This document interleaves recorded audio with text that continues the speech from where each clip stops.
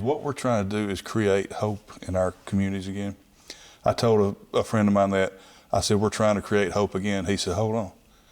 He said, I'm not sure some of us ever had hope. In the past, the Southside of Valdosta has such a rich history with the flourishing business and entertainment community.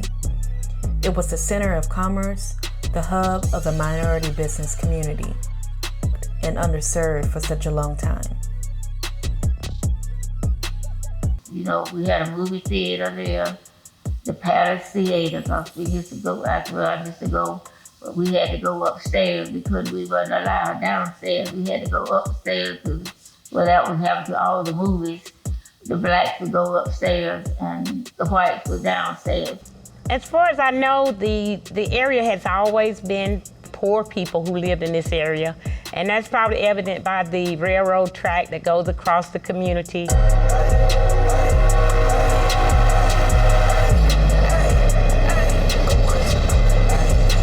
So this was probably a less desirable area. It's my understanding that the people who lived in this area were like generational families. So you had like grandmothers, children, and children's children all living in the same house. The area is, there's not, as you can see, there's not a whole lot of large homes. Mostly the shotgun type houses is what you see in this area. And that is also a indication of their economic ability. I had remembered, you know, streets full of viable businesses. Now there were either vacant buildings for the most part or no buildings at all.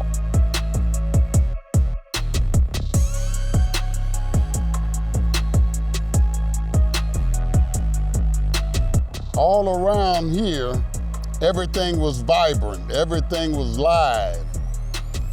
We had entrepreneurs on just about every corner. We had Star Service Station on the corner here. We also had Vance TV Repair. We had Johnson Cleaners over. And the best barbecue we had was at C.H. Mitchell's barbecue stand, which is behind the church. We had Washington Barbershop. My dad worked there and cut my hair and my brother's hair. We also had a cafe up at the top. My childhood memories of the South Side was that it was a very well populated area. There weren't like lots of vacant lots everywhere you looked. And there were, you know, it was sort of wall-to-wall businesses. There were also some industries down here, warehouse type businesses like the tobacco warehouses and wholesale distributor type warehouses of various kinds. When I left to go off to college in 1972, the South Side was, you know, just as active, I would say, commercially, and probably more active industrially than any other part of town that I was aware of. We had a movie theater, the Liberty Theater. It was on the railroad track, you know, right in front of the railroad track, but it was on this side of the railroad. For entertainment, you know, we had places to go, and the Moody Field Air Force Base was open at that time, and we had the servicemen would come to town mostly every weekend, and they were, you know, this street and this area was full of airmen, ladies, gentlemen, whatever, you know, and it was, we called it up the street, but it was really Ashley Street that we were talking about. But we were at home, we said, we're going up the street tonight. That was the year I was in school. In April, my parents, my father worked at Moody Air Force Base. My mother was a teacher, but she was a teacher in the black schools here. And we sat in front of our TV watching the funeral service for Martin Luther King all day long. So the following day, my mother sent a note to the teacher and told her I was out of school in honor of Martin Luther King's funeral. And she said, "How dare you, young lady? This is not acceptable. You march yourself to the principal's office because Martin Luther King was nothing but a troublemaker. He deserves to die." I was born the year Martin Luther King gave the I Have a Dream speech. One day right there in Alabama, little black boys and black girls will be able to join hands with little white boys and white girls as sisters and brothers. I have a dream today. It was bad. It was very bad. And you were isolated. And the part that was even worse, my mother was valedictorian of her class. She went to Spelman College. And she said that I was her guinea pig. She wanted me to go to integrate the schools.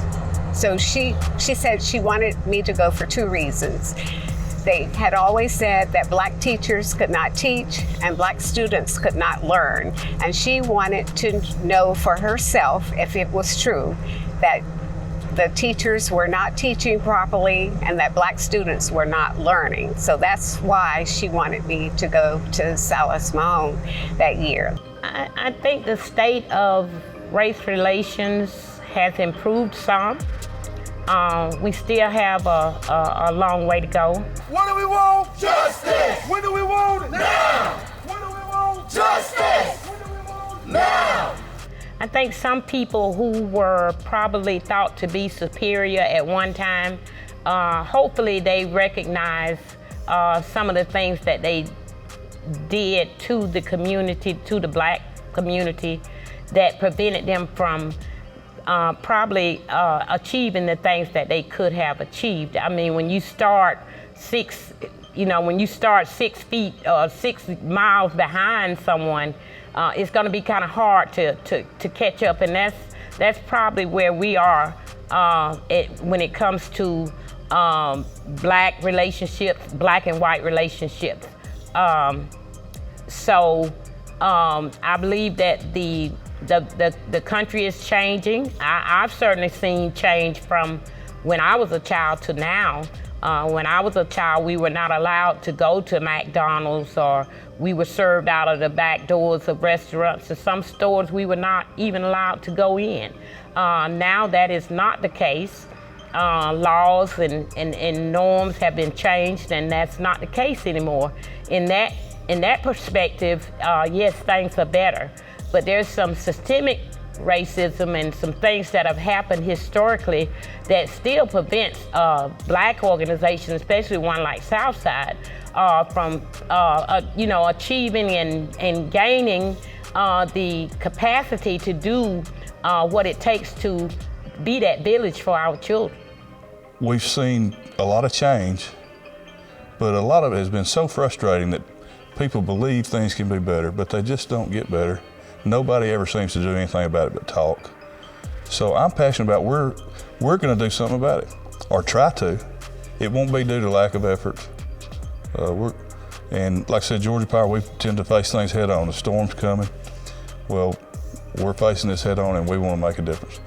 Well, this is T.K. Hancock, and he's one of my younger, or should I say, star students that we have been working or coming around with the community center since 2011, 2012. And one of the things I'm most proud of right now, TK he's grown up, as you can see. He's working. Yeah, she just kept us out of trouble, but she showed us a different way. Like, we had a bunch of options to do a lot of stuff. Like, we could have did a lot of stuff different than what we did, but with Miss Sandy, she just showed us it was different things out there. It was more than what we see on this side. And yeah, a lot of people don't get to do that. It was like, she changed everything for me. Like, school, like school. I used to go, but I ain't like school. She made school fun. The reason Southside was started was because of the swimming pool, because there was no area, there was no facility where black kids could go and swim and learn to swim. There'd be anywhere from 200 to 300 kids a day in that pool. A lot of kids learned to swim. I guess from the 82 to 89, 90 time frame, I was very involved with Southside and the board. We had a number of bake sales, we had candy sales, we had raffles, and then we also had the Miss Black Valdosta pageant. And the participation was overwhelming. And what the board agreed to do was not only use it as a fundraiser, but we gave the young ladies scholarships so that if they decided to attend college or whatever, they could get those monies to do that. And I believe, my memory serves me right, they were $1,000 scholarships. The swimming pool today is not in operations, even though we hope to get it operating soon. We have, it's been a kind of trial and error thing with the pool. A lot of money has gone into fixing the pool and things like the underground plumbing and pressure valves and filters, and a lot of things have been done to the pool already. But we hope to get the pool back open so that we can, the children can enjoy what we enjoyed as children here in this community. I also recall the fact of how the parents trusted Southside staff, how they relied on Southside staff, and that they didn't want their children to go anywhere else other than Southside. We had as many black donors as we had white donors. That was so impressive. And of course, the United Way used us to do their annual fund campaign drive. We had black lifeguards, we had white lifeguards, we had some white swimmers. It was open to the public. It was just by the grace of God and the hard work and sacrifices of many people in this community, both black and white, that kept this recreation center open and going. The reason why I chose this location to do my promotion ceremony, I wanted to come home and have the community have an opportunity to experience where I came from and what helped me to become the Marine I am today. I mean, for me, Southside Recreation Center were everything. I learned to swim at the age of 4. I played basketball, to football, to baseball right here. This recreational center, during the summertime, we had approximately 100 plus kids. And it was this foundation from the director, Mr. Oliver Bradley. They taught a lot of important things that helped me grow into the young man I am today. It was all about hard work, teamwork, and again, he had a saying, and that saying was all about be good or be gone. And to me, I took that to heart. It was all about continuing to work on my craft, being the best Marine I could be, so I can better lead my Marines, my family, and my friends. So a lot of that foundational input came from this recreational center, and it was a vital part of this community. We provide underprivileged, underschooled children here in Lowndes County. We give them at least 500 book bags in Lowndes County and Brooks County, and the book bags are filled with school supplies that they need in order to provide their essentials through their day-to-day schooling life. We also help with mentoring and tutoring. We also do coat drives, and we provide a beautiful Christmas. Georgia's Power funding helps nonprofits like myself, Beautiful Creation, to provide more and expand beyond our reach. We right now focus in Lowndes County and Brooks County, but we want to expand to other counties and give those children the necessity they need in order to succeed. Ms. Sandra, this is kind of, if you would, just kind of tell us where we're at, a little bit of the history of this place, because I'm seeing a big open field, and I came over here, you were going to show me around, and I see all these cars lined up. Well, right now, these cars are people who are coming from not just in this neighborhood, from everywhere. They're coming all around from all over the city, really to get some food. It's a place where we was doing nothing, and now we've opened it up a little bit. We've given the people they can come get food. A lot of times, they didn't have any idea how they would make it or have food or anything like that. The word has got around. They're coming back. They're bringing life back in this area. hope is created with a job. Yes. And education, good education. Yes. And a few people that care, maybe. Let's just assume that having a job kind of empowers you. You got a little money in your pocket, you kind of control your own day-to-day. So what's the biggest thing we could do for a little bit of economic empowerment? Just try to bring commerce here? Or? So if we had employers coming here, say small manufacturing, do we have the people to put them to work? Could we support a small manufacturer? I believe we could. I really do believe we could. We're going to have to educate them a little bit first and get them trained. But you know what? Once you get started with one, another one will follow. And we could get it done, but we need to have the incentive. We are a local nonprofit that is dedicated to the enrichment of youth in our community. It's dedicated to culturally developing, providing life skills and quality mentorship to children who might be in poverty-stricken areas or at-risk communities. So where there's mentorship that might be absent, whether it's parental mentorship in the home, within academic institutions, that it's our job and responsibility as leaders within the community to step in and actually offer assistance where there might be a void at. So today what we're doing is a community cleanup on a street that we've adopted as Kings United Street. And we come out here and we do community cleanups regularly, but we also wanted to have a fun day at the park. And it was important for us to actually showcase the type of things and the activities and the work that we do. So that way when we have sponsors like Georgia Power who can affect us in such a positive way, they see where their support is actually going. I was once that child who is looking for mentorship as well, the same type of mentorship that we're trying to provide to the children of our community. So of course I was very academically inclined. I had the opportunity to do a lot of great things through scholarships and things of that nature. However, I was influenced by the wrong things, and this caused me to make a lot of improper and bad decisions during this age of 10 to 17 years old. So what I'm focused on doing is to find the next Tony who might have a lot of skills, ambitions, and aspirations, and make sure that I help them with the best decision making possible so they can reach their full potential in life. I feel like our country is digressing in a sense. We are trying to come together, but we are still being pushed back.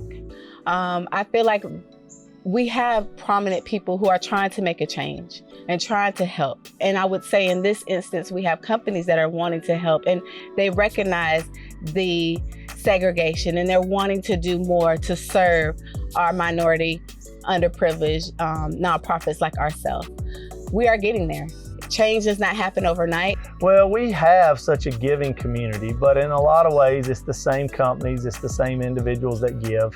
We all need everybody, small business, large business, individuals giving and supporting each other. South Georgia has to take care of some of our own problems. Atlanta and DC can help, but if South Georgia is going to grow and prosper, it's going to be all of us working together across lines and across communities. And we can really do it and pull it off if we find the unity instead of focus on the divisions. I believe that corporate America realizes that we are all in this together, and what each one of us does affects the other. We have to think of it as one. We are one. We have to think of it that way because it takes us to make the corporations run. We buy the goods. We buy the services. They in turn produce the services and the goods for us to use. But no, not one of us, not one sector of us is any more important or less important than the other. We go up together and we go down together. And I think that applies to corporate America, grassroots organizations, people's families as a whole. As you've seen, the journey has taken a toll on the people of the South Side. America is the land of opportunity, but it always doesn't work out that way for everyone. People will rise and fall on their own merits, but it's about building community as a whole. Financial literacy opportunities, housing development, even economic development. This task won't be simple, and it definitely won't happen overnight. Let's continue to listen to each other. Look into each other's eyes. Create ideas. Come to the table as a team. Those are worthwhile goals. Building hope, building determination, and a strong foundation. It's up to us, and you can be a part of it. 20 years from now, I hope people have forgotten the wrongs of the past. There's no future in the past. I hope people are judged on their merit. I hope there's equal opportunity, equal investment in all our communities. Now, business people are going to be business people. They're going to go where they can make money. I hope some of those places where they don't think they can make money now, they see opportunity. I just hope we're flourishing 20 years from now, and like I said, everyone is born with hope, and at the end of the day, every kid that comes home from school, they got hope for a better tomorrow. Just they can go as far as their talent will take them. That's what I hope for.